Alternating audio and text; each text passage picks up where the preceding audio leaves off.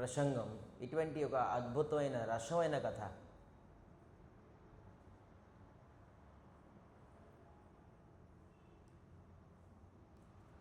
ఈ కథ కేవలం ఆస్వాదించాలి. ప్రతి శబ్దము, ప్రతి సమయం ఆస్వాదించే సమయం, రసమయం. బృందావనం, కాశీ, బనారస్, కాంచీ, ద్వారకా, రామేశ్వర్, కేదార్నాథ్, బద్రీనాథ్ ఇటువంటి ధామాలు తాలూకా వైశిష్టత్వం, విశిష్టత మనందరికీ ఎంతో కొంత తెలుసు.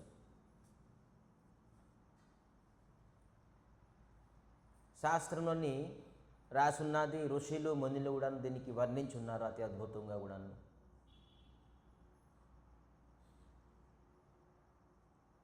కానీ అది గుప్తంగా, గుప్త అవతారంలోని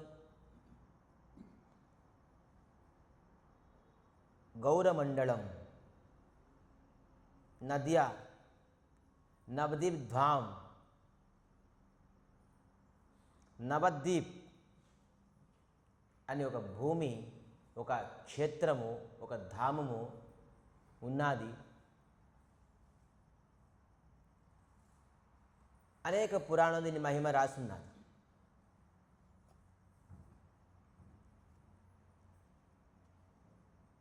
భగవంతుడి గురించి మహిమ తెలుసుకుంటే భగవంతుడి పైన మనకి ఆసక్తి కలుగుతుంది, భగవంతుడి పైన రుచి కలుగుతుంది. భగవంతుడి నామం గురించి తెలిస్తే, భగవంతుడి ధామం గురించి, రూపం గురించి, గుణం గురించి, లీలా గురించి మనం తెలిస్తే, ఏదైనా మహిమ తెలుస్తేగా దాని తాలూకా శ్రద్ధ పెరుగుతుంది. భగవంతుడు ఇటువంటి మహిమంతుడు, మహిమగలుగుడు అని మనం తెలుసుకుంటే అప్పుడు మనకి భగవంతుడి పైన ఆసక్తి కలుగుతుంది, ప్రేమ, భక్తి, శ్రద్ధ కలుగుతుంది. ఆదో శ్రద్ధ. భక్తిలోని మొట్టమొదటి అయిన సోపానం, స్టెప్ ఏంటంటే శ్రద్ధ. శ్రద్ధ ఎప్పుడు కలుగుతుంది అంటే దాని తనకు మహిమ తెలిస్తే.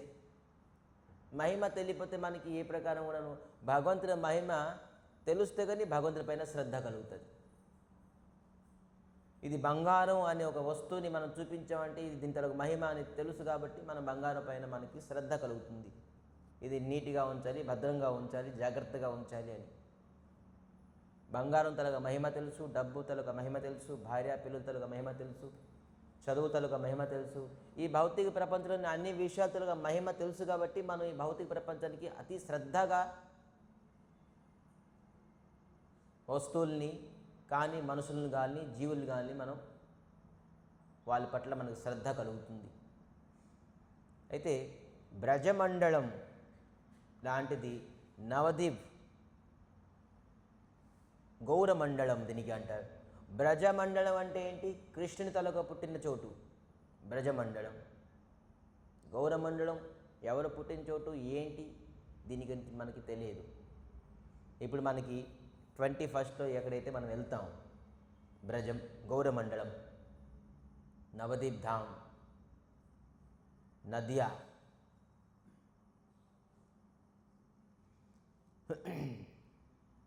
రామాయణం అనుకోండి, భాగవతం అనుకోండి, ఇటువంటి మహాగ్రంథాలు ఎవరు చెప్పారు?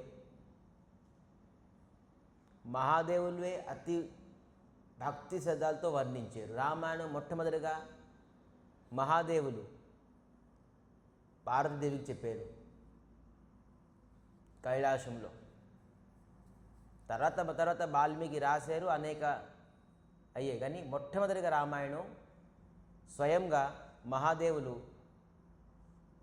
తన తలక భార్య పార్వతిని చెప్పారు. గోపాల సహస్రనామము మహాదేవులు స్వయంగా రచించున్నారు. కృష్ణుని తాలూకా బాల్య తాలూకా స్వరూపాన్ని చూసి బాల్య లీలలు విని చూసి తెలుసుకొని శ్రీకృష్ణ పరమాత్మ తాలూకా సహస్రనామాలు స్వయంగా మహాదేవులు రాశారు.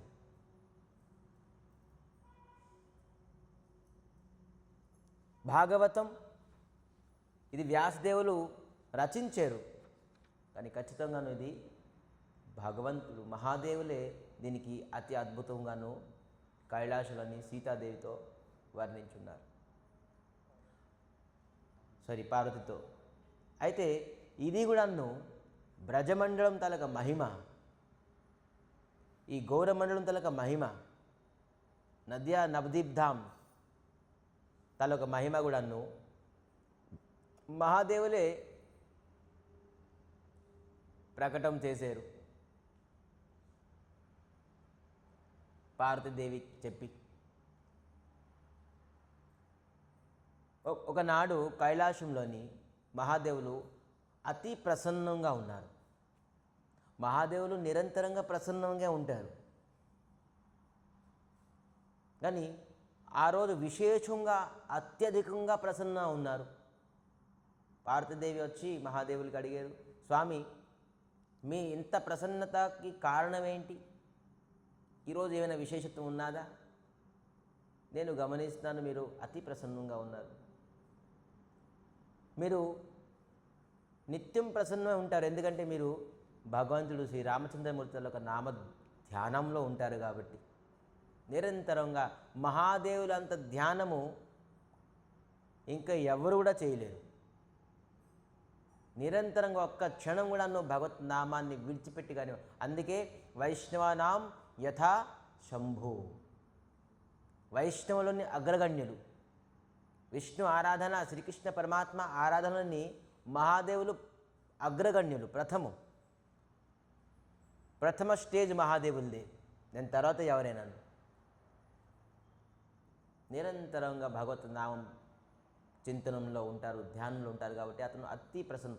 ఎవరైతే భగవంతుడి తాలూకా నామ ధ్యానం, నామ చింతనం, నామ స్మరణం చేస్తారో వాళ్ళు ఖచ్చితంగాను జీవితం అంతా ప్రసన్నంగా ఉంటారు. ప్రసన్నం ఉండడానికి మెడిసిన్ అంటే భగవత్ నామమే. తలనొప్పి పోవడానికి, లేకపోతే ఇంకే రోగాలు పోవడానికి అనేక మెడిసిన్స్ ఉన్నాయి, కానీ ప్రసన్నం, మనసులోని ప్రసన్నత, శాంతి, సుఖము ఉండాలంటే ఒక్కటే ఒక మెడిసిన్ ఏంటి? భగవత్ నామము. అది మహాదేవుల నుంచి మనం స్పష్టంగా నేర్చుకోవచ్చు. మహాదేవులకి అతి భారీ సభలోని దక్ష ప్రజాపతి అవమానించారు. ఇతను పాఖండి, ఇతను ధ్యానం లేదు, ఏమి లేదు, ఊరికినే అందరికీ అందరిలోని పేరు సంపాదించాలని చెప్పేసి ఏదో ధ్యానం చేసినట్టుగా కూర్చుని పాఖండి ఇతను నేను వచ్చినట్టు తెలిసి కూడా నువ్వు నటించి ధ్యానంలో ఉన్నారు. స్వయంగా బ్రహ్మ లెగిశారు, ఇంద్రాది దేవతలు కూడా నేను వచ్చినప్పుడు లెగిశారు, కానీ ఈ పాఖండి ధ్యానంలో నిండుగా నటిస్తున్నారు అని చెప్పేసి ఎంతో అవమానం చేశారు. అయినా కూడా మహాదేవులు ఏ ప్రకారంగా చంచలత్వం లేదు, తిట్టినా ఏం చేసినా కూడా అంటున్న మహాదేవులకి అంత సహనశీలత ఎక్కడ వచ్చింది? అంత ఎందుకంటే అతను నిరంతరంగా భగవంతుడి తాలూకు చింతనలో ఉన్నారు కాబట్టి. మహాదేవులు దేవి అవును, ఈరోజు నేను అతి ప్రసన్నంగా ఉన్నాను. దేనికంటే నా మనసులోని గౌరమండలం, నవదీప్ ధామ్ తాలూకా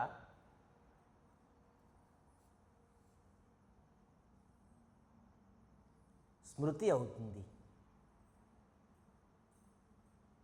ఆ నవదీప్ ధామ్ ఆ గౌరమండలి తాలూకా స్మృతి అవుతుంది కాబట్టి నేను ఈరోజు ఎంత ప్రసన్న అవుతున్నాను. పార్వతి తెలుసుకోలే పేరు. ఈ నవదీప్ ధామ్ ఏంటి, గౌరమండలం ఏంటి నాకు తెలియదు. స్వామి ఈ భూమి ఏంటి, దీని తాలూకా చరిత్ర ఏంటి నాకు దయచేసి చెప్పండి అని అడగడంతో పార్వతి హే మహాదేవి, ఇది నేనుతో నాది 5 ముఖాలు, పంచముఖం. మహాదేవుడికి పంచముఖం ఉండాలి, నాది పంచముఖం. ఈ గౌరమండలంకి వర్ణించడానికి అనంత దేవులు సహస్ర ముఖాలోని అతి అద్భుతంగా వర్ణిస్తున్నారు, అతి దివ్యంగా వర్ణిస్తున్నారు అని మహాదేవులు పార్వతికి చెప్పారు. ఏ విధానంగా వర్ణిస్తున్నారు అని మహాదేవులు పార్వతికి చెప్తున్నారు. అనంత దేవులు అనంత సమయంగా అనర్గళంగా ఈ గౌరమండలం గురించి వర్ణిస్తున్నారు. ఏదైతే అనంత దేవులు అనర్గళంగా వర్ణించారో ఈ గౌరమండలం గురించి, దానికి అనంత సంహిత అని ఒక పురాణం రచించారు. అనంత సంహిత ఇది వేదం నుంచినే వచ్చింది. ఇది స్వయంగా ఎవరు రాశారు? వ్యాసదేవులే రాశారు. అనంత సంహిత. దీంట్లో ఏమున్నది? అనర్గళంగా అనంత దేవులు ఈ గౌరమండలం తాలూకా విశేషత్వం, విశిష్టత వర్ణించి ఉన్నారు. దీనికి అందుకే అనంత సంహిత అని ఒక పేరు పడ్డది. ఎందుకంటే అనంత దేవులు దీనికి వర్ణించారు కాబట్టి. ఒకనాడు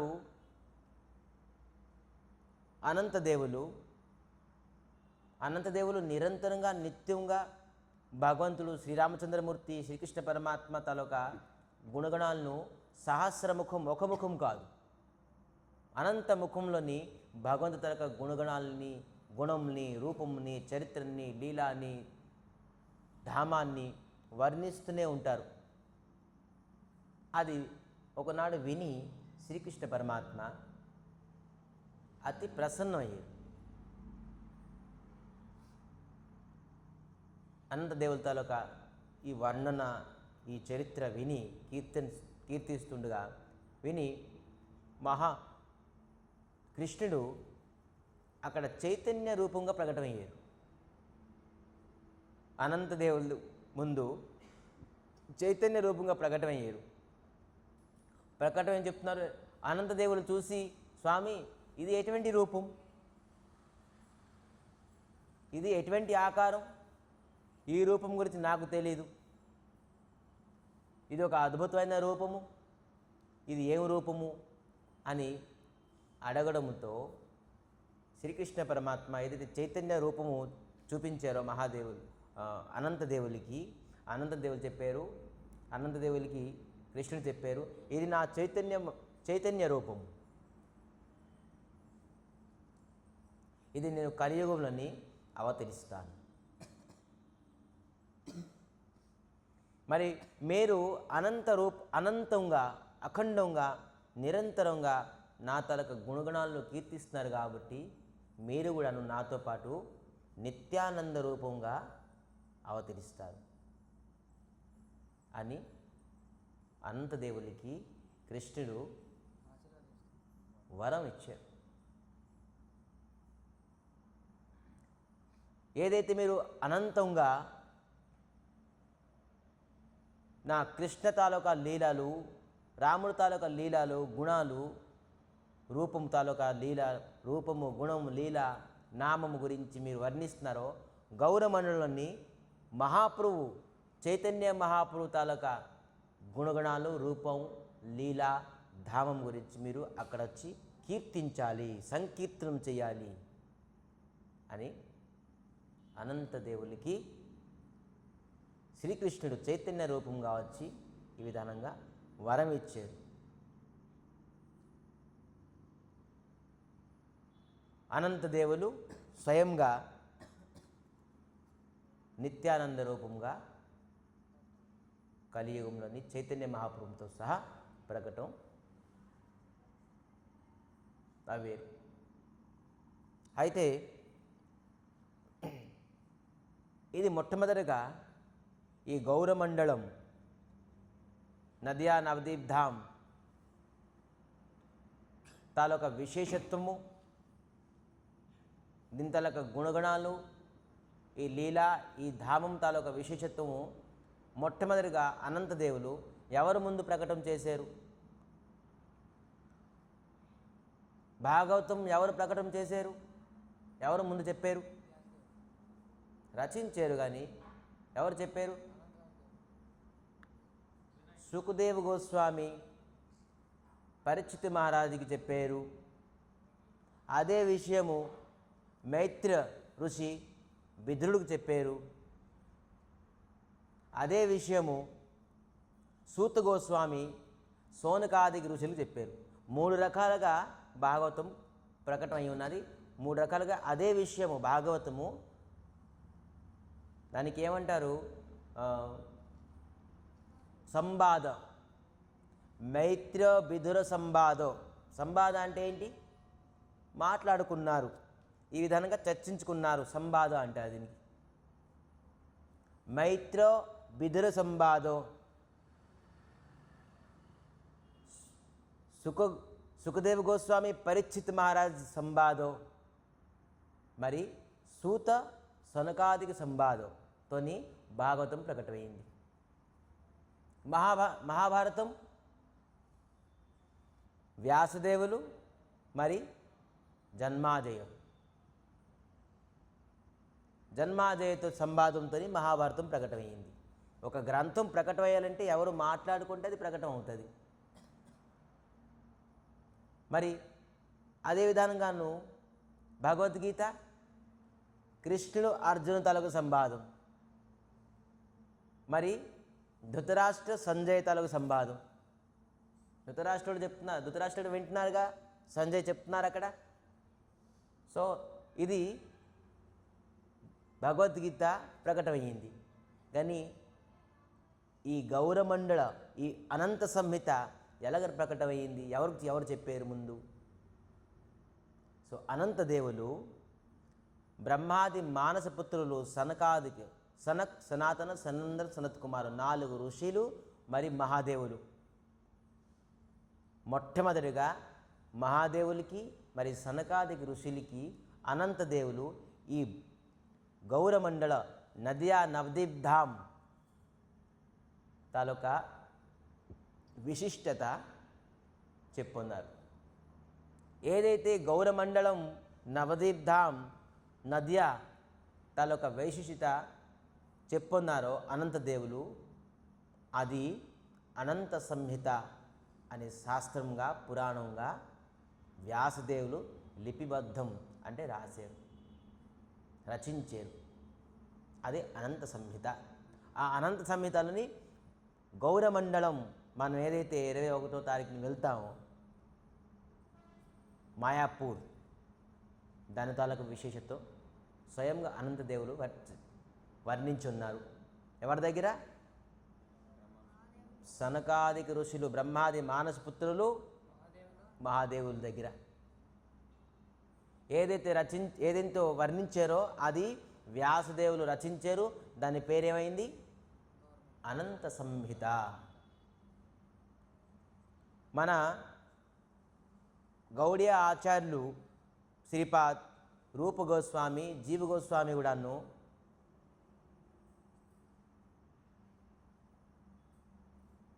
అనేక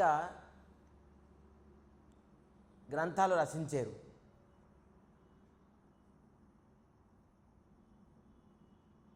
దాంట్లోని అనంత సంహితలోనే రెఫరెన్స్ తీసుకున్నారు. ఎందుకంటే అనంత సంహితలోని మొత్తం అంతాను ఈ గౌరమండల తాలూకా విశిష్టం రాసింది కాబట్టి. ఇప్పుడు భగవద్గీత ఎక్కడి నుంచి వచ్చిందంటే మహాభారతం నుంచి వచ్చింది. పురాణాలు, ఉపపురాణాలు ఎక్కడి నుంచి వచ్చిందంటే వేదం నుంచి వచ్చింది. రెఫరెన్స్ ఉండాలి. ఊరికినే ఊహించుకొని రాయడం, నాకు ఇలాగ అనుభూతి అయింది ఒక శాస్త్రం అవుతుంది. ఖచ్చితంగాను వేదం నుంచి ఏదైతే వచ్చిందో అదే, మరి వ్యాసదేవులు ఏదైతే రచించారో అదే పురాణము, అదే శాస్త్రము. వ్యాసదేవులు రచించిపోయింది ఏది కూడా పురాణము, శాస్త్రము అది కాదు. అది కేవలం కథలు, కోకనబుల్ స్టోరీస్ అంటారు కదా, ఆ విధంగా కథలు. కానీ వ్యాసదేవులు చెప్పిందే శాస్త్రము. సో వ్యాసదేవులు ఈ అనంత సంహిత అని పురాణాన్ని రాశారు. అది అనంతదేవులు ఎవరికి చెప్పారు? సనకాదికి ఋషులు మరి మహాదేవులకి చెప్పున్నారు. ఏం చెప్పున్నారు? ఆ విషయం నేను మీకు చెప్తున్నాను అని ఎవరు చెప్తున్నారు? మహాదేవులు పార్వతికి చెప్తున్నారు. పార్వతి కూడాను అతి ఉత్కంఠంగా, స్వామి ఆ గౌరమండలం, ఆ నద్యా నవదీప్ ధామ్ తాలూకా విశేషతను నాకు చెప్పండి అని దయచేసి అని వినయపూర్వకంగా అడుగుతున్నారు. అది ఎప్పుడైతే ఎందుకంటే పార్వతికి తెలుసు ఒకసారి కథ పైన వినపోతే ఏమైంది అని ఒక అనుభూతి ఉన్నది పార్వతీదేవికి. అందుకే ఇప్పుడు అది తెలిసి ఉత్కంఠ పెరిగింది, నేను తెలుసుకోవాలి అని, స్వామి తాలూకా మహిమ తెలుసుకోవాలి. ఇదేంటి నాకు ఎప్పుడు తెలీదు, ఈ గౌరమండలం, ఈ నద్యా నవదీప్ ధామ్ అని ఉన్నది, ఇది ఏంటి అనేది ఉత్కంఠ పెరిగింది. ఎవరికి? పార్వతీదేవికి. ఇది ఎప్పుడైతే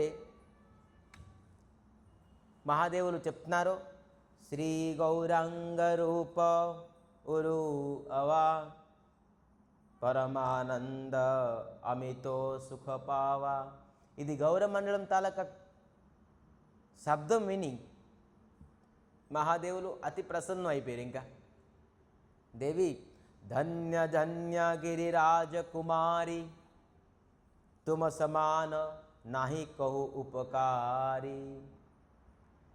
ధన్య ధన్య గిరిరాజ కుమారి. ఏ కుమారి అన్నారు? గిరిరాజ్ కుమారి. ఇక్కడ పార్వతి అనొచ్చుగా, ఉమా అనొచ్చుగా, కానీ ఇక్కడ గిరిరాజ్ కుమారి ఎందుకు అన్నారు అదొకటి తెలుసుకోవాలి. ఇంకేం చెప్తున్నారు? తుమ సమాన నహి కౌ ఉపకారి, మీ సరి సమానంగా ఈ జగత్తులని ఉపకారి అంటే ఏంటి?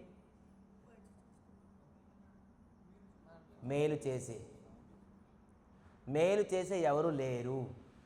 ఎందుకంటే మీరు ఇటువంటి ప్రశ్న అడిగారు, దానికి జవాబు నేను ఇవాళ చెప్తాను. అది ప్రపంచంలోని తెలుసుకొని ఎంతోమంది ఉపకారం పొందుతారు. ఈరోజు మహాదేవులు పార్వతీదేవికి చెప్పుకొతే మనకి ఈరోజు గ్రంథం వద్దున మనం ఈరోజు చర్చించుకుందాం. మరి వెళ్ళి మనం దాని తాలూకా మహిమ తెలుసుకోగలమా? మహిమ తెలుసుకొని వెళ్తే ఆ ఆ గౌరమండలం, ఆ గౌరభూమి, ఆ బ్రజమండలం, నద్యా నవదీప్ ధామ్ తాలూకా భూమి తాలూకా మహత్వం ఇంకా ఎక్కువగా పెరిగిపోతుంది. మనకి శ్రద్ధ పెరిగిపోతుంది. ఎటువంటి భూమికి వెళ్తున్నాం? ఏదో బీచ్కి పార్క్కి వెళ్ళినట్టుగా కాదు. అది ఏదో టైంపాస్కి పిక్నిక్ వెళ్ళినట్టు భూమి కాదు. అది అతి దివ్యమైన భూమి. అది ఎవరు తయారు చేశారు ఆ భూమి? అది బ్రహ్మ తాలూకా తయారు చేసే భూమి కాదు. అది ఎవరు తయారు చేశారు?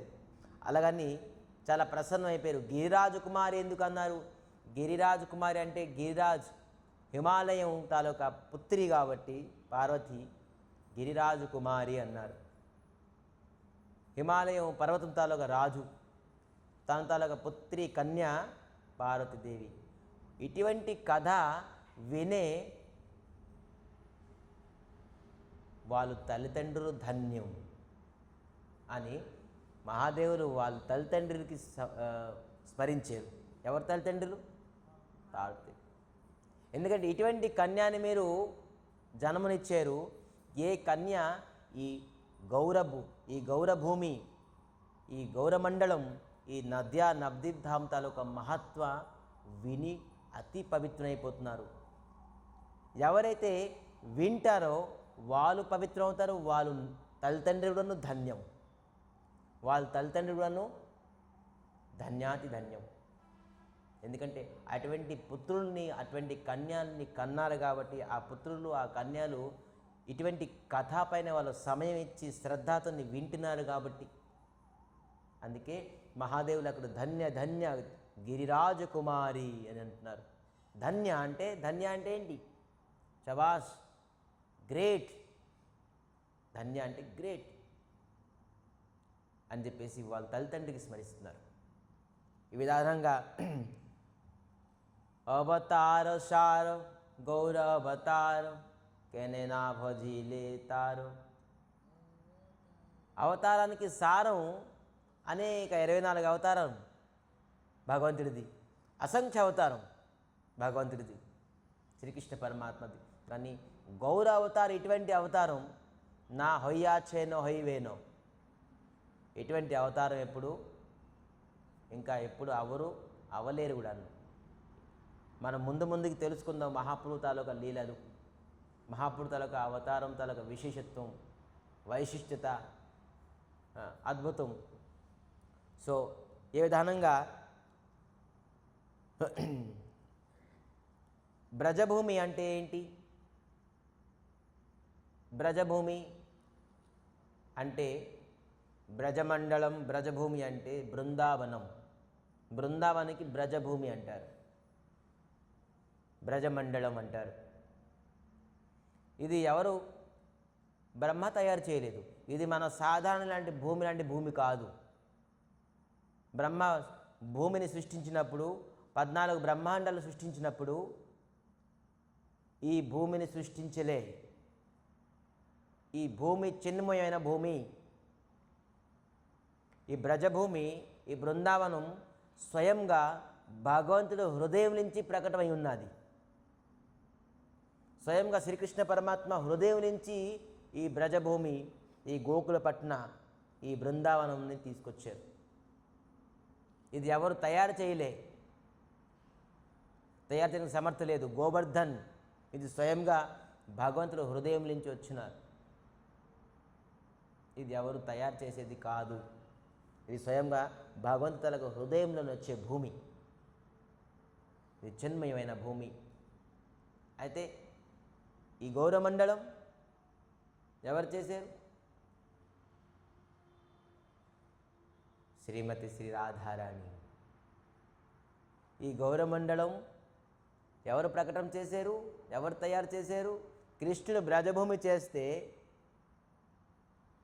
రాధారాణి గౌరభూమి చేశారు. బ్రజమండలం, గౌరమండలం.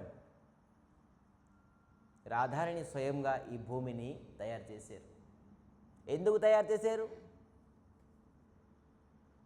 అనేది మనం మహాదేవులు పార్వతికి చెప్తున్నారు. అదే అనంత వాసుదేవులు ఎవరికి చెప్తున్నారు? మహాదేవులకి, మరి సనకాదికి ఋషులు చెప్తున్నారు. ఏ విధంగా చెప్తున్నారు?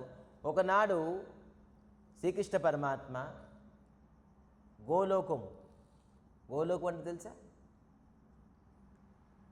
వైకుంఠ లోకం కన్నా పైన ఉన్నది గోలోకం. వైకుంఠ లోకం అని అనేక వైకుంఠ లోకం ఉన్నది, ఒకటే కాదు. నరసింహస్వామికి ఒక వైకుంఠ లోకం ఉన్నది, రామునికి ఒక వైకుంఠ లోకం ఉన్నది, విష్ణుమూర్తికి ఒక వైకుంఠ లోకం ఉన్నది. కూర్మ అవతారం, మత్స్య అవతారం, వరాహ అవతారం, ఇవందరూ ఒక్కొక్క వైకుంఠమే. ఒక్కొక్క అవతారంలో ఒక వైకుంఠం, అనేక వైకుంఠం, ఒకటే కాదు వైకుంఠం. మరి గోలోకం ఒకటే. అక్కడ ఎవరుంటారు? స్వయం కృష్ణస్య స్వయం భగవాన్, శ్రీకృష్ణుడు స్వయంగా ఉంటారు అక్కడ. ఎవరితో ఉంటారు? అనేక పట్టరాణి, మరి శ్రీమతి శ్రీ రాధారాణి. ఇది ఏ భూమి? గోలోకం. ఒకనాడు ఎప్పుడు ఖాళీ ఉండదు గోలోకం. ఎప్పుడుతో ఆనందం, నిత్యం నిరంతరం నిత్య లీలలే అవుతూనే ఉంటాయి. ఆ గోలోకులని ఒకనాడు శ్రీకృష్ణ పరమాత్మ ఒంటరిగా కూర్చున్నారు. ఆ సమయంలోని చూసి విరజ అనే ఒక సఖి కృష్ణుడితో పాటు వెళ్ళి ప్రేమాలాపము. ఆలాపం అంటే ఏంటి తెలుసా? మాట్లాడడం. ఏం మాట అది? ప్రేమాలాపం. రెండు ఆలాపాలు ఉంటాయి ఈ జగత్తులో. ఎప్పుడైనా చూడండి. ఏంటి? ఒకటి నిందా ఆలాపము, ఒకటి ప్రేమ ఆలాపము. ఈ సంసారంలో విషయాలన్నీ నింద. వీడు ఇటువంటి వాడు, వాడు అటువంటి వాడు, ఇది ఇటువంటిది, అది అటువంటిది, ఈ సామాన్లు ఇలాగ ఉన్నది, ఆ సామాన్లు అలాగ ఉన్నది, ఇది ఇక్కడ, అది అక్కడ, ఇదంతా నింద. ఇంకోటి ప్రేమాళాపం. ఇది కేవలము భగవంతుడితో అయ్యే మాటలే ప్రేమాళాపం. ఇంకా అంతా నింద. ఇవన్నీ భగవంతుడు తప్ప అన్నీ చర్చించినవన్నీ కేవలము ప్రజలపము, నింద. ప్రజలపం అంటే ఏంటి? అన్నెసెసరీ టాకింగ్ అంటాం చూసా మనం. అది ప్రజలపం అంటే స్వయంగా ప్రజల్పమూర్తి.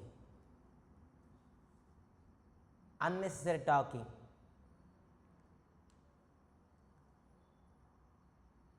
అది కాకుండాను ఏముంది? ప్రేమాళాపం. ఈ ప్రేమాళాపంని విరజతోటి కృష్ణుడు చేస్తున్నారు అనేక సమయం అయిపోయింది, తెలియలేదు. ప్రేమకి సమయం లేదంటారు. ఏమంటారు? అటువంటివి ఉన్నదా? ప్రేమకి సమయం, ప్రేమకి కళ్ళు ఉండవు, ఏదేదో ఉంటాయి కదా, ఏదో ఉంటాయి. ఇవన్నీ ఏమో డైలాగ్స్ ఉంది. సో సమయం తెలియలేదు. రాధారాణి అక్కడ ఎదురు చూస్తున్నారు. కృష్ణుడు ఏమైంది? ఇంకా వెళ్ళున్నారు, ఇంకా రాలేదు.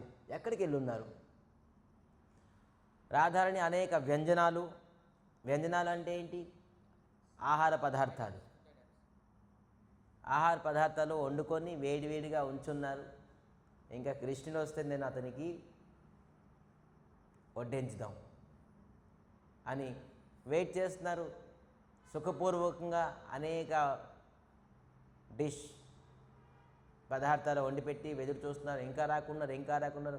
వండలేక రాధారాణి ఎతుకుతున్నారు. ఎక్కడికి వెళ్ళారు కృష్ణుడు?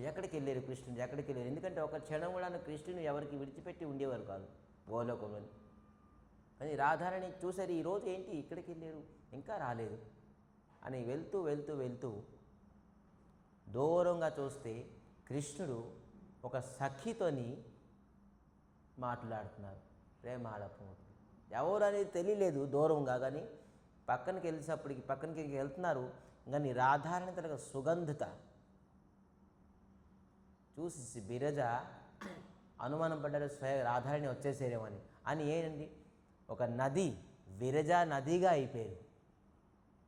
ఆ సఖి ఏంటంటే అమ్మో రాధారాణి వచ్చేస్తున్నారు అని చెప్పేసి ఏంటంటే ఒక నదిగా అయిపోయారు. నదిగా ప్రవహించిపోయారు. కానీ రాధారాణి, అందుకే రాధారాణి అయ్యారు. అందుకే కృష్ణుడు తలక అతి ప్రేమికురాలు అయ్యారు. దీనికి రాధారాణి ఏ ప్రకారంగా ఆలోచించలేదు. రాధారాణి దీనికి పాజిటివ్గా తీసుకుంది. ఇది ఎక్కడున్నది? బ్రహ్మవైవర్త పురాణం ఉన్నది, మరి బ్రహ్మాండ పురాణం కూడా ఉన్నది. ఈతలో కథ ఇది కేవలం అనంత సంహితలో ఉన్నది, మళ్ళీ బ్రహ్మవైవర్త పురాణం కూడా ఉన్నది, మరి బ్రహ్మాండ పురాణం కూడా ఉన్నది. ఈ మహిమ అయితే రాధారాణి ఏం చూసుకున్నారంటే ఈ విరజాలోని ఏం క్వాలిటీ ఉన్నది. కృష్ణుడు అంత ప్రేమాళపంగా మాట్లాడారు. ఈ విరజ కృష్ణుడికి ఏమి సేవిస్తున్నారు? ఒకటేంటి, ఏం క్వాలిటీ ఉన్నది, మరి ఏ విధానంగా సేవిస్తున్నారు? ఒకటి సేవతోని అటాచ్మెంట్, ఎఫెక్షన్, ప్రేమ పెరుగుతుంది. చూడండి, భార్య భర్తకి సేవిస్తారు కాబట్టి భర్త ఎక్కువగా ఎఫెక్షన్ అయిపోతారు భార్య పైన. అలాగే ఫ్రెండ్స్ ఎవరైతే సేవిస్తారో అంటే సర్వీస్ చేస్తారో ఆ ఫ్రెండ్ పైన ఎక్కువ. అమ్మా నాన్న పిల్లలకి ఎక్కువ సర్వీస్ చేస్తారు కాబట్టి పిల్లలు అమ్మా నాన్న పైన ఎక్కువగా ఎఫెక్షన్ అయిపోతారు, అమ్మా నాన్న ఉన్న పిల్లలకి ఎక్కువ అఫెక్షన్ అయిపోతారు. ఏదైనా సేవలోనే ఎఫెక్షన్, అట్రాక్షన్ ఉంటుంది. అందుకే మన భక్తి సిద్ధాంత సరస్వతి ఠాకూర్ ప్రభుపాదులు మనకి సేవకులు అని అన్నారు. భగవంతులకు మనం సేవకులువి. దాస్ అంటే సేవకులు, పని వాళ్ళవి. సో సేవ చేసి భగవంతుడికి అతి ఎఫెక్షన్ మనకి పెరుగుతుందట. అందుకే నిరంతరంగా చూడండి, మన గుళ్ళని ఎక్కడ తాళాలు వేసుకొని ఎవరింటికి వెళ్ళిపోము. ఏదో ఈరోజు 6 గంటలకి మా పని ఉన్నది, అక్కడ పెళ్ళి ఉన్నది అని చెప్పేసి 6 గంటలకి బంద్ చేసి వెళ్ళిపోము అక్కడికి.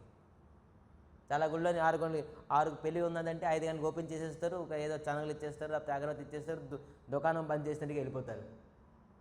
అటువంటి గుడి కాదు. ఎవరున్నా లేకపోయినా స్వామికి ఈ విధంగా సేవ అవ్వాల్సిందే, నిత్య సేవ. ఆ సేవ ఖచ్చితంగా ఆ సమయంగా అవ్వాల్సిందే. నిరంతరంగా అతను సన్నిధిలో నుండి జీవితకాలం అంతాను బ్రహ్మచారి వ్రతం, ఆ జీవితం అంతా బ్రహ్మచారి ఉంటూ, బ్రహ్మచారి అంటే ఏంటి, ఇంకా ఎవరికి ఈ సంసారం తాలూకా జంజాటం, ఈ సంసారం తాలూకా జంజాటం ఏమి మాకు వద్దు, ఈ జంజాట్లో పడిపోతే ఇంకా స్వామి తాలూకా సేవకి ఏమొచ్చేస్తుంది, బాధ కలుగుతుంది అని బృహత్ బ్రహ్మచారి వ్రతం. ఈ వ్రతం దీనికంటే పెద్ద వ్రతం ఇంకేమీ లేదు జగతంలో. బ్రహ్మచారి అంత వ్రతము, దీనికి బృహత్ వ్రతం అన్నారు. బృహత్ అంటే ఏంటి, బిగ్గెస్ట్ వ్రతం. దీనికి మించిన వ్రతము జగత్తులోని ఎక్కడ దీనికి మించింది లేదు, బ్రహ్మచారి వ్రతం. ఈ బ్రహ్మచారి వ్రతం పాటిస్తూ నిరంతరంగా నిత్యం భగవంతుడితో సేవ చేయాలి. ఇది మన బ్రహ్మమాధ్య గౌడీయ సంప్రదాయం. అయితే గృహస్థులు కూడా సేవ చేయొచ్చు, గృహస్థులు ఆ విధంగా సేవ చేయొచ్చు ఇంట్లోని. కానీ స్పెషల్గా ఏంటి, బ్రహ్మచారులు ఇంకా అత్యధికంగాను సేవ చేస్తారు. గృహస్థ ధర్మం పాటిస్తూ కూడాను భగవంతుని సేవ చేయొచ్చు. అలాగని గృహస్థులు సేవ చేయలేరని కాదు, బ్రహ్మచారులు కన్నాను గృహస్థులు అత్యధికంగా మంచిగా సేవ చేయొచ్చు. బ్రహ్మచారికి కొంత వంట తెలుసు, కొంత వంట తెలియపోవచ్చు. అని గృహస్థులకి వాళ్ళకి అన్ని ప్రకారంగా బాధ్యతలు తెలుసు, అన్ని ప్రకారంగా టేస్ట్లు తెలుసు, అన్ని ప్రకారంగా వండగలరు, చేయగలరు, క్లీనింగ్ నీట్గా అన్నీ చేయగలరు. సో ఏదైతే గృహస్థ కర్మం చేస్తున్నారో అదే కర్మము కృష్ణ నిమిత్తం చేస్తే అదే పెద్ద సేవ. సో విధానంగాను ఈ గుడిలోని బ్రహ్మచారులతో భగవంతుడు సేవించబడుతున్నారు. సో సేవకు తలకు మహిమ ఎక్కువ ఉన్నది సుమా. సేవతోనే మనం చాలా భగవంతుడికి దగ్గరగా అవ్వగలం. మన కోటి నామ యజ్ఞం అయ్యింది మనకి, దాంట్లోని బోల్డ్ మంది సేవకులు. నేను చూసి ఆశ్చర్యం అయిపోయాను. మనకి ఎంతమంది ఉంటారా లేదా, దానికి ఏమైనా వాలంటీర్స్ ఎంతమంది అవుతారా అని అనుకున్నాం. కానీ చాలా చక్కగా అద్భుతంగా ఎప్పుడు రాపోయిన వ్యక్తులు కూడాను, మరి గుడికి కూడాను అర్హుగా వచ్చే భక్తులు కూడాను వచ్చేసి ఆ రోజు సేవ చేశారు. భగవంతుడి తాలూకా అనుగ్రహం వాళ్ళకి ఉన్నది. ఎందుకంటే స్వామి తాలూకా అనుగ్రహం లేకపోతే సేవించలేరు ఎవరు. సో ఈ బిరజ సఖి కృష్ణుడికి ఏమి సేవిస్తున్నారు అని తెలుసుకోవడానికి ప్రయత్నించారు. ఎవరు? రాధారాణి. మరి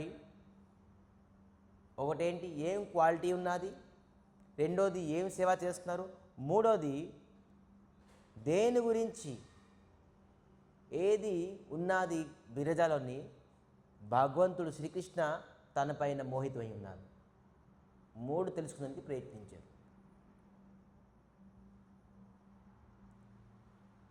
నాది శిక్షాష్టకం పుస్తకం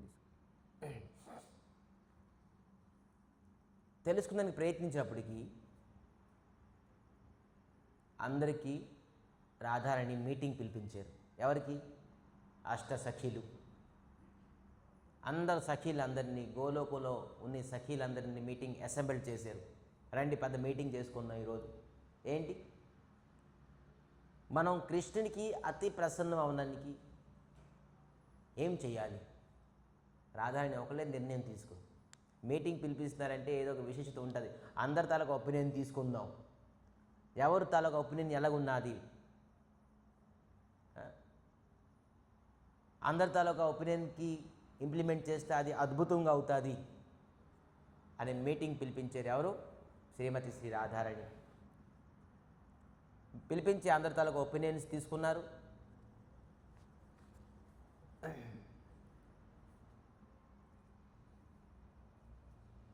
అందరూ ఒక నిర్ణయానికి వచ్చారంటే కృష్ణుడికి అన్నిటికంటే ఇష్టం ఏంటంటే వనం. వనం అంటే ఏంటి తెలుసా? చూడండి, బృందావనం కృష్ణునికి అతి ప్రియం. అయితే మనం ఈ గోలోకంలో కూడా ఒక వనమే, గోలోకం కూడా ఒక బృందావనమే. కానీ వనంలోనే ఇంకో వనం, స్పెషల్ వనం. ఒక వనం చేద్దామని నిర్ణయించుకున్నారు. ఎవరు? రాధారాణి. రాధారాణి ఇంకా ఇతర సఖీలు అన్నీ. సరే, ఏం చేద్దాం అని చెప్పేసి అన్నీ వృక్షాలు, వనం చేయాలంటే వృక్షం కావాలి కదా, అప్పుడు ఎలాగ వనం అవుతుంది? అనేక అశోక అశోక వృక్షాలు, మరి కొబ్బరి చెట్లు, అరటి చెట్లు, పీపల్, అశోక వనం, అశోక చెట్లు, మామిడి చెట్లు, ఖజూర్, సోప్. ఇవన్నీ సోప్ అనేది తినకూడదు కానీ సోప్ అనేది అతి శుభమైన చెట్టు. సోప్ అంటే తెలుసా? సుపారీ అంటాం. ఇటువంటి అనేక వృక్షాలు రోపణం చేశారు. రోపణం అంటే ఏంటి? అదే అది చిన్మయమైన భూమి. ఎక్కడైతే? గోలోకంలోని. వేయగానే దానికి నీళ్ళు వేయాలి, సూర్యకిరణం పడుతుందా లేదా ఇవన్నీ చూడడం అవసరం లేదు. దానికి జాలి కడదాం, సేఫ్టీగా కర్ర కడదాం, ఏం అవసరం లేదు. వేయగానే పెద్ద పెద్ద వృక్షాలు అయిపోయాయి. స్వయంగా రాధారాణి వేసేది అనేక వృక్షాలు వేసారు. వృక్షాలు వేసిన తర్వాత అనేక లత అంటే క్రీపర్స్, ఏదైతే ఇలా మల్లుతుంది, అనేక లతాలు వేసారు. లతాలు, వృక్షాలు, మరి పుష్పమైన చెట్లు, అనేక పుష్పము, గులాబ్, మంద, కుముదిని, చంప, నాగచంప, మల్లి, మరి అతి సుగంధమైన పుష్పాలు.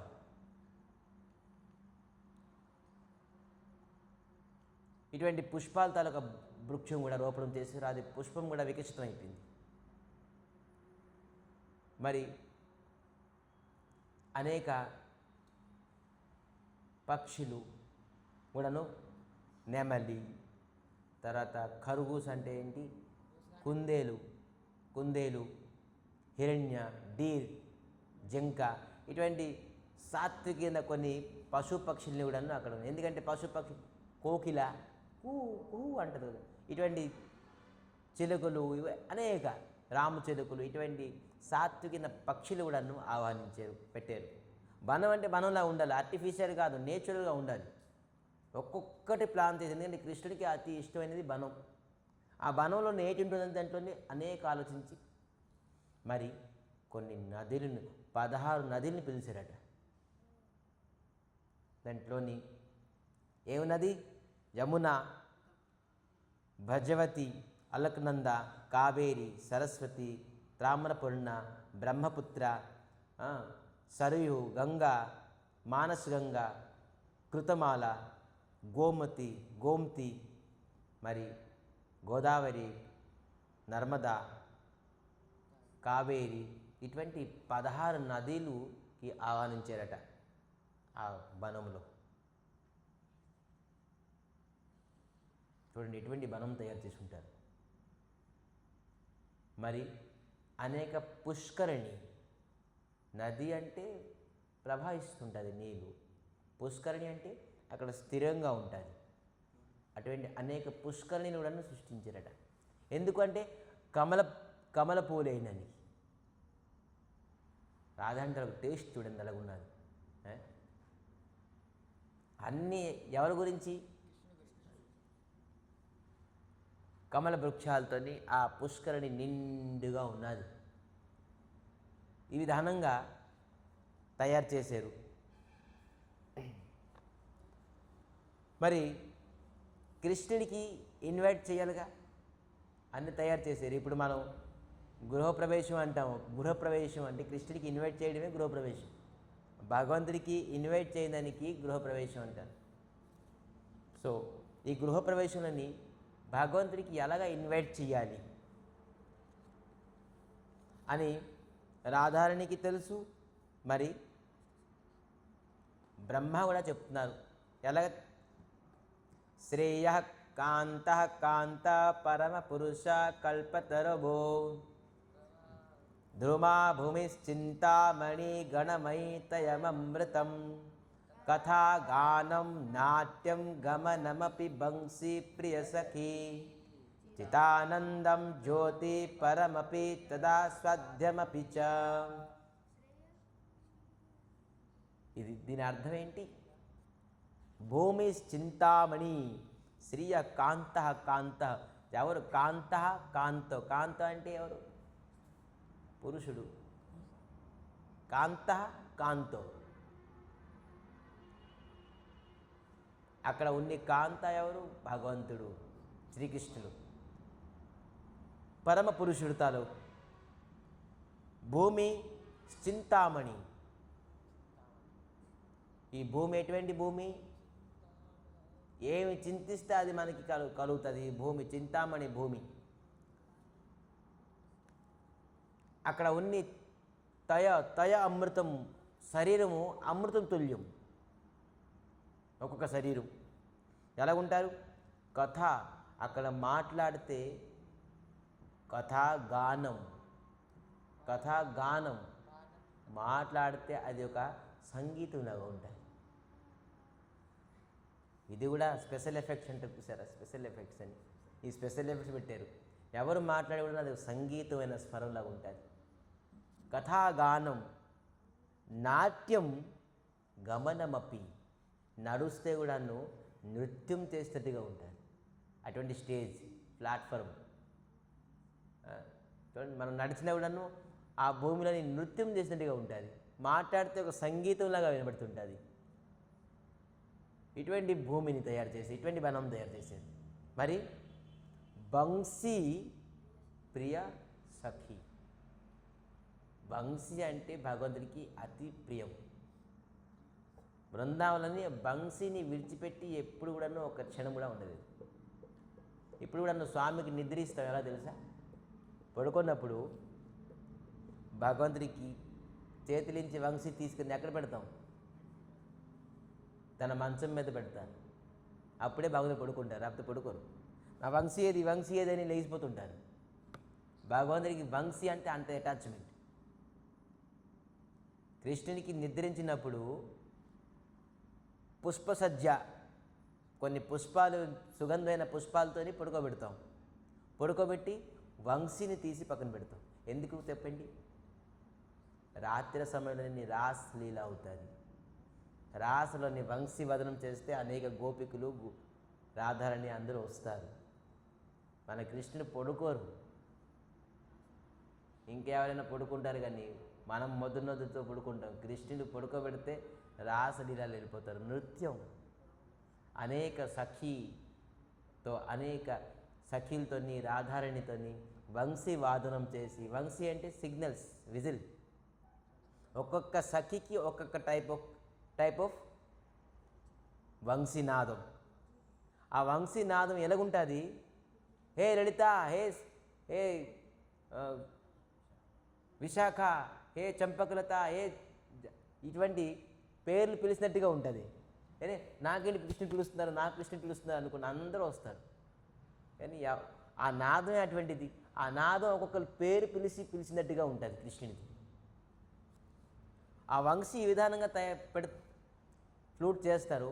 ఆవులకి కూడా పిలుస్తారు, దోళ్ళకి పిలుస్తారు. ఒక్కొక్కప్పుడు అన్ని ఆవులు దోళ్ళు ఉంటాయి. కృష్ణుని వంశీవాదన వస్తారు. ఓన్లీ దోడలే వస్తాయి, ఆవులు రావు. ఇటువంటి వంశీ వదనం చేస్తారు. దోళ్ళన్నీ అక్కడ ఉంటే ఆవులన్నీ కేవలం వస్తాయి. అన్ని ట్రిక్లు తెలుసు భగవంతునికి. మరి ఒక్కొక్కసప్పుడు వంశీ వదనం చేస్తారు. గోపాల బాలకులే వస్తారు, ఇంకెవరు రారు. అంటే ఆ నాదం వాళ్ళకే వినబడుతుందేమో.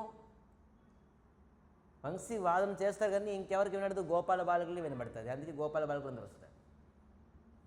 ఇంకొకసారి వంశీ కేవలం గోపికలు అందరే వస్తారు, ఇంకెవరికి వినబడి. ఎవరికి వినిపించాలి, ఎవరికి వినిపించకూడదు కూడా అతనికి తెలుసు. ఈరోజు భగవత్ కథ మనం వింటున్నామంటే మనకి అతనే వినిపిస్తున్నాడు.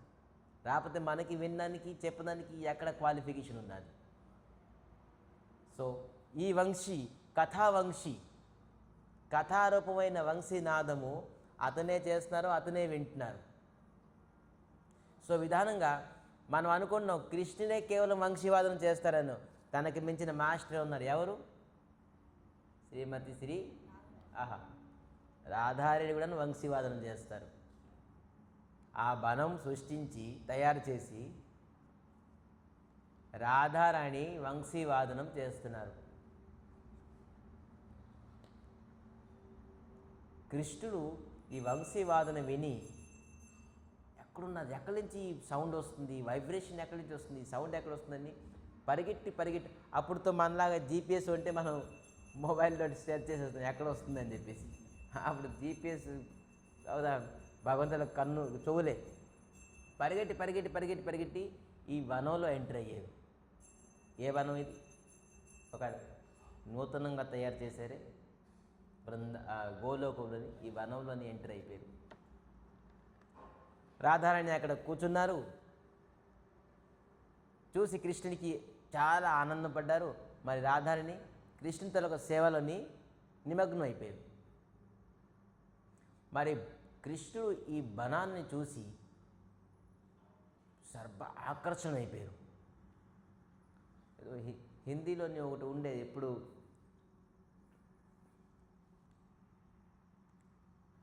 మొహబ్బత్ కా హర్ చీజ్ మొహబ్బత్ హీ హై అని ఉంటుంది. దీనికి అర్థం ఏంటి తెలుసా? మొహబ్బత్ కా హర్ చీజ్ మొహబ్బత్ హై అంటే ప్రేమికుడు లేకపోతే ప్రేమికురాలు ఏం చేసినా ప్రేమగానే ఉంటుంది. అది కారంగా చేసినా కూడా ఇది స్వీట్గానే ఉంటుంది. దీనికి ఎక్కువగా అనుభూతి నాకన్నా మీకే ఎక్కువ ఉంటుందేమో.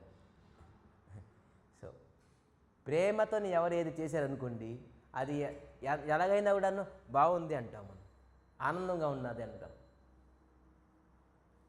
సో శ్రీమతి శ్రీ రాధారాణితో ప్రేమగా చేశారు కృష్ణుని గురించి. సో అది ఎలాగున్నా అద్భుతంగా ఉన్నది, అయినా కూడా ఇంకా ప్రేమతో చేసింది ఇంకా కొద్దిగా మసాలా ఎక్కువ మంచిగా పడి ఉన్నది. ప్రేమ అనేది మసాలా ఎక్కడ పడిపోయిందో అది ఆటోమేటిక్గాను మంచి టేస్ట్ వచ్చేస్తుంది.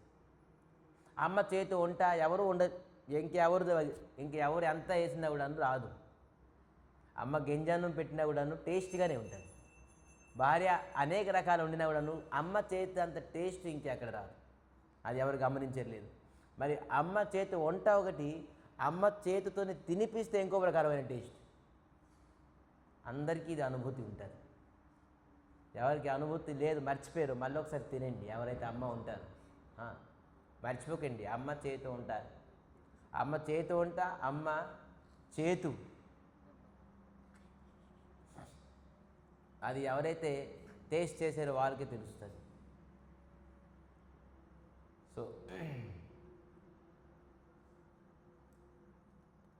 సో రాధారాణి ఈ విధానంగా అతి ప్రేమతో ఈ వనం చేశారు కాబట్టి కృష్ణుడు సర్వ ఆకర్షణం అయిపోయారు.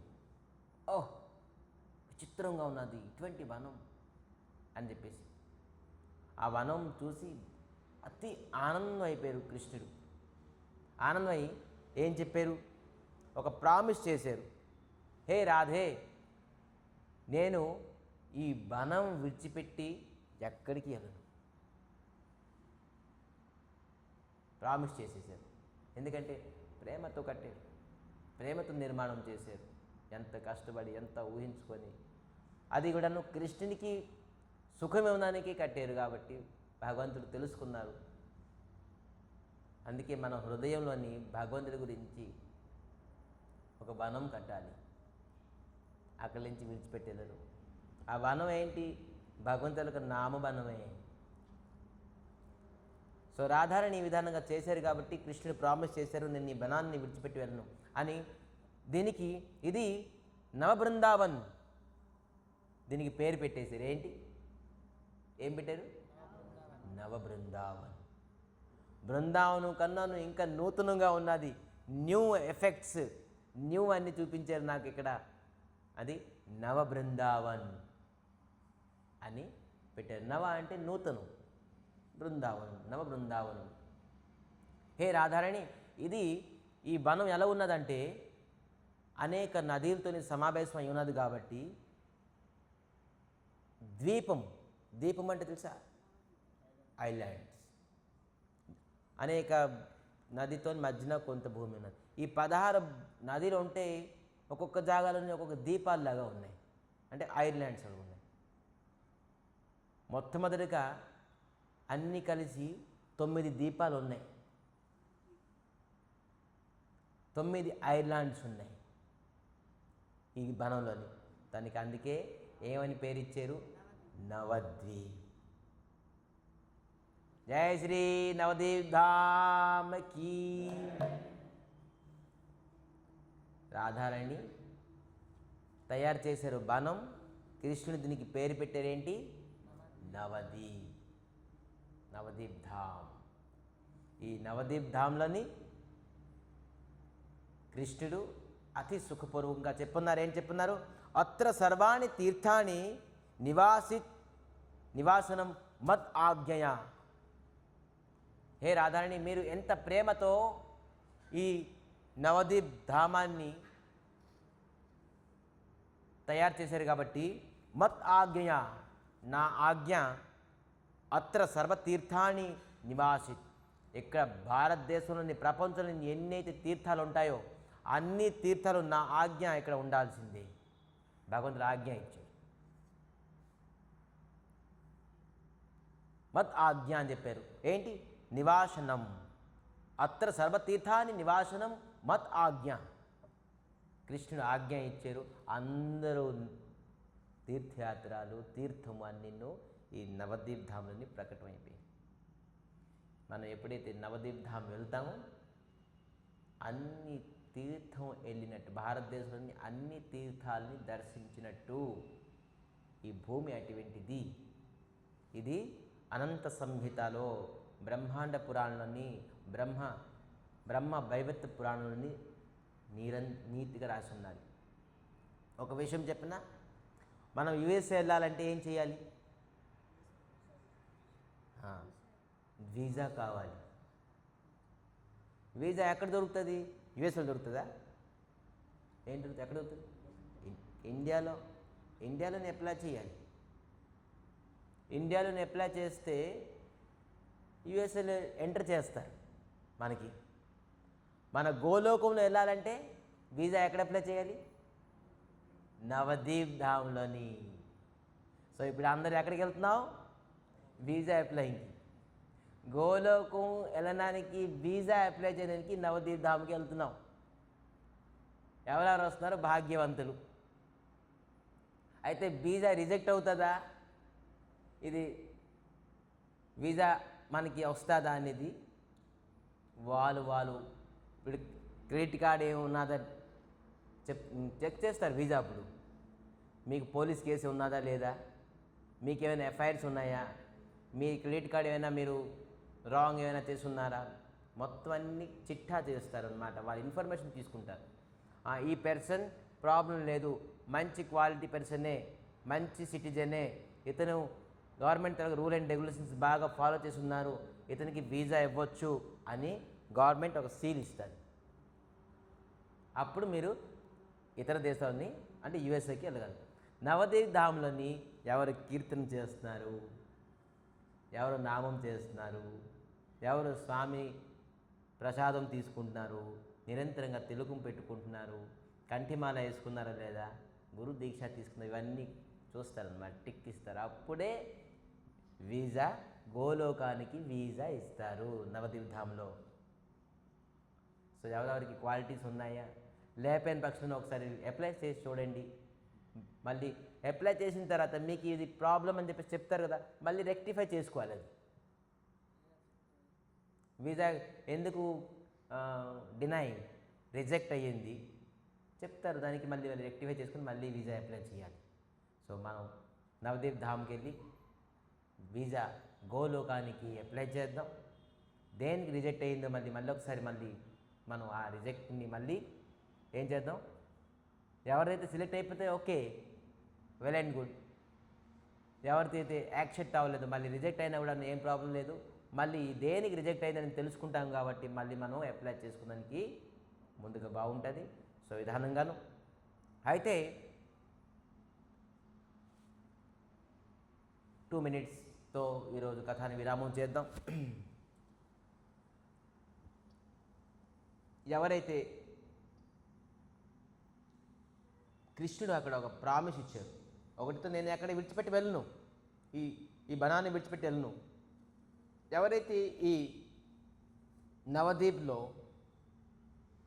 నన్ను దర్శించుకుంటారో, సేవిస్తారో, కీర్తిస్తారో, నామం చేస్తారో, పరిక్రమ చేస్తారో, వీళ్ళు సఖీ రూపం అయిపోతారు. సఖీ రూపంగా నిరంతరంగా రాధా కృష్ణ ఇద్దరిని సేవిస్తారు. చూడండి ఎంత పెద్ద బోనస్. నవదీప్ ధామం అంటే తక్కువ ధామం కాదు ఇది.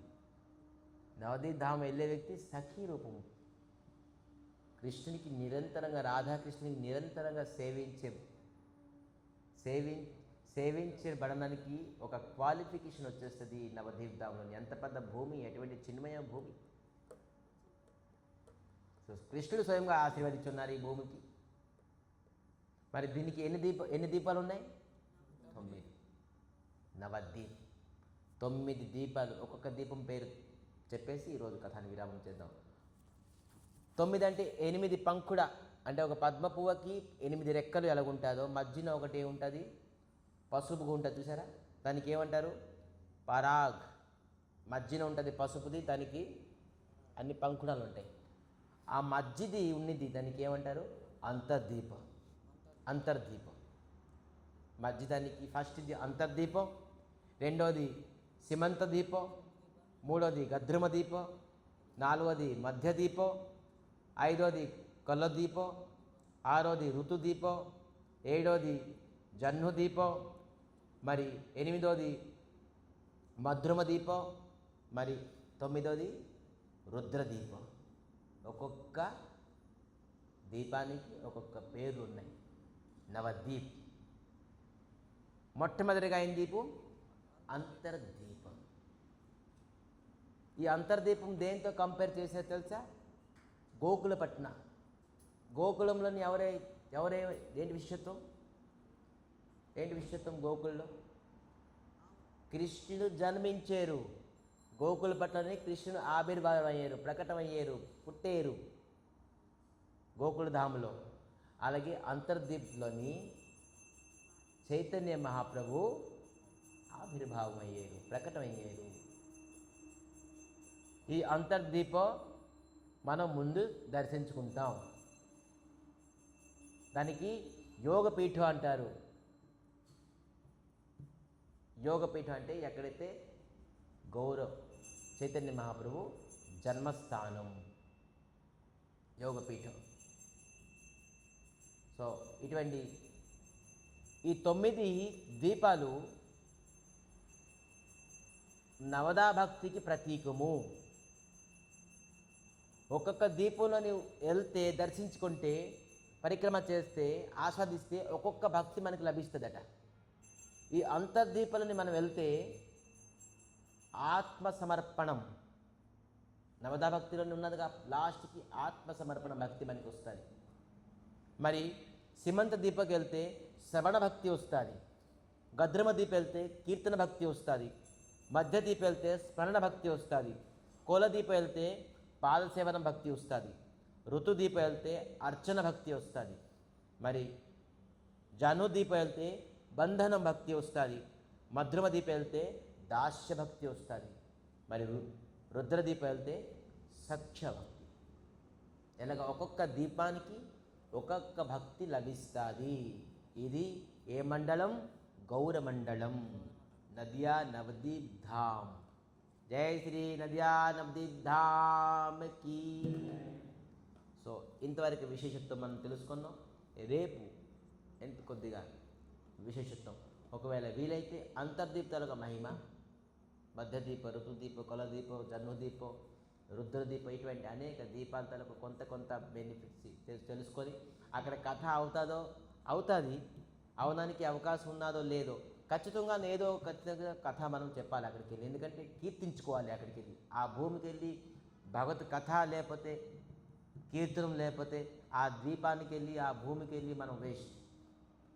సో అందుకే ఖచ్చితంగా కథ ఉంటుంది. అయితే ఈ కథ అక్కడ చెప్పవలసింది, కానీ ఎంత ప్రశాంతంగా ఎంత సమయం మనకు దొరుకుతుందో లేదో తెలియదు. అందుకే ముందే ప్రారంభించేసి. సో మహిమ తెలుసుకుంటే ఆ భూమిపైన శ్రద్ధ మనకి ఇంకొద్దిగా కలుగుతుంది. అందుకని ముందుగా ప్రారంభించాం. ఇప్పుడు పండగల సెలవులు వచ్చేస్తుంది కాబట్టి సో మనకి ఇంకొద్దిగా ఎక్కువ సమయం కూడా కథాన్ని చేసుకోవచ్చు. లేదంటే మొత్తానికి అవ్వదు, ఎందుకంటే అత్తగారింటికి వెళ్తారుగా అందరు. సో అందుకే అవుతే ఓకే, అవ్వకపోతే కూడాను డబుల్ ఓకే. సో ఎంతవరకు అవుతుందో ప్రాసెస్ని మనం అంతవరకు ఈ నద్యా నవదీప్ తాలూకు మహిమ తెలుసుకుందాం. ఈ నద్యా నవదీప్ ధామం తాలూకా మహిమ స్వయంగా మహాదేవులు పార్వతికి చెప్తున్నారు. ఎవరు ముందు చెప్పారు? అనంత వాసుదేవులు, అనంతదేవులు, సనకాదిక ఋషులు బ్రహ్మతలకు మానసపుత్రులకి మరి మహాదేవునికి స్వయంగా చెప్పున్నారు. అదే విషయము మహాదేవులు స్వయంగా పార్వతికి చెప్తున్నారు. అది అనంత సంహిత పేరులోని ఈ గౌరమండలం తాలూకా విశేషత్వం, వైశిష్టత, మహిమ ఉన్నది. కాబట్టి అనంత సంహితకి ఇది అంతాను గుప్తంగా ఉన్నది. దీనికి ప్రకటన ఎవరు చేశారు? అనేక మన బ్రహ్మమాద్య గౌడియ గురు పరంపర అంతాను మనకి ఎంతో సాయం చేశారు. ఇప్పుడు మన గురుగారు లేకపోతే మనం దీక్ష తీసుకొని ఈ విధానంగా ఉండి ఈరోజు మనం కథ విందుమా? మన గురుగారికి చాలా చాలా ధన్యవాదాలు చెప్పేసి, వాళ్ళు గురుగారు భక్తి వైభవ్ పురి గోస్వామి మహారాజు కూడా ధన్యవాదాలు చెప్పాలి. ఎందుకంటే వాళ్ళు కూడా మనకి ఈ భూమి తాలూకా మహిమాన్ని తెలియపించినట్టుగా మనకి ఇచ్చారు. కాబట్టి మరి భక్తి సిద్ధాంత సరస్వతి ఠాకూరు చైతన్య గౌడీయ మఠం తాలూకా మూల పురుషుడు 64 మఠాలు దేశ విదేశాలన్నీ నిర్మాణం చేసేసి ఈ బ్రహ్మమధ్య గౌడీయ సంప్రదాయ మఠం తాలూకా జడ రూట్ కాజ్ మఠానం తయారు చేయడానికి భక్తి సిద్ధాంత ప్రభుపాదులు ఏరు వేసారు, విత్తనం వేసారు. మరి దానికి పెద్ద పెద్ద వృక్షాలుగా కట్టారు. వృక్షాలుగా భక్తి వేదాంత స్వామి మహారాజ్ శ్రీల ప్రభుపాద్ ఈ నవదీప్ ధామ్కి దేశ విదేశాలని ప్రచారం చేశారు. పూజ్యపాద్ భక్తిభయ పురి గోస్వామి మహారాజ్ మరియు భక్తి వేదాంత స్వామి శ్రీల ప్రభుపాదులు. మన ఇండియాలోని తక్కువ, విదేశీ మంది ఎక్కువ ఉంటారు నవదీప్ ధామ్లోని. దేశ విదేశానికి నవదీప్ ధామ్ తాలూకా మహిమ ఎక్కువ తెలుసు, మనకే తెలియదు. సో అందుకే ఇటువంటి అవకాశం ఇచ్చిన మన బ్రహ్మమాదే గౌడి సంపద ప్రతి గురు పరంపర గురుగారికి మనం ఒక చీర రుణి, వాళ్ళకి మనం సదాసర్వదగా ప్రణామం చేసి ఇటువంటి అవకాశం మనందరికీ ఇస్తున్నారు. కాబట్టి అక్కడికి వెళ్ళి ఆ భూమికి తాకి మనం సద్వినియోగం చేసుకుందాం. మహాపురు భక్తి మనకి దినంగా పెరగాలి, హరే కృష్ణ మహామంత్రుల రుచి పెరగాలి, మరి వైష్ణవత్వం మనలో రావాలని మరి కోరుకుంటూ ఈరోజు కథాన్ని ఇక్కడ విరామం చేస్తూ 2 minutes కీర్తన్